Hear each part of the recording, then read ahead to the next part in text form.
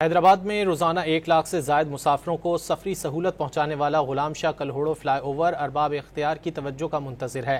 गड्ढे पड़ जाने से पुल की सड़क मुकम्मल तबाह हो गई है। ट्रैफिक जैम मामूल बन गया है, जबकि खराब रास्ते की वजह से गाड़ियां भी खराब होने लगी हैं। मजीद जानेंगे खराब गाड़ी के ड्राइवर के साथ मौजूद हैं डॉन न्यूज़ के नुमाइंदे राशिद शेख से। राशिद, बताइएगा किन मुश्किलात का सामना है मुसाफिरों को?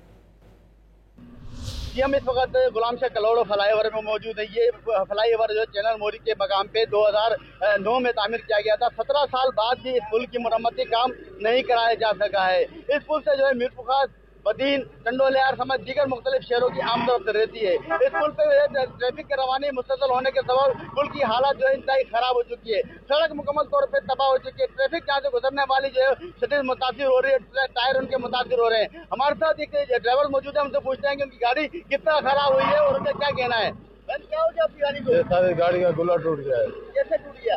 ये सारे जंपों की वजह से टूट गया है।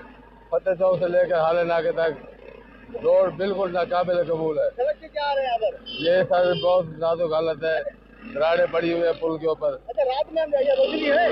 ये रोशनी नहीं है, लाइटें नहीं है यहाँ पर? इधर कुछ भी नहीं है।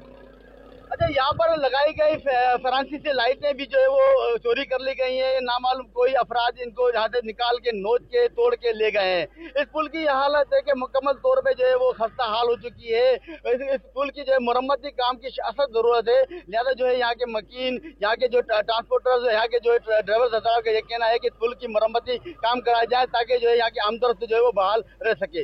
राशिद, बहुत शुक्रिया।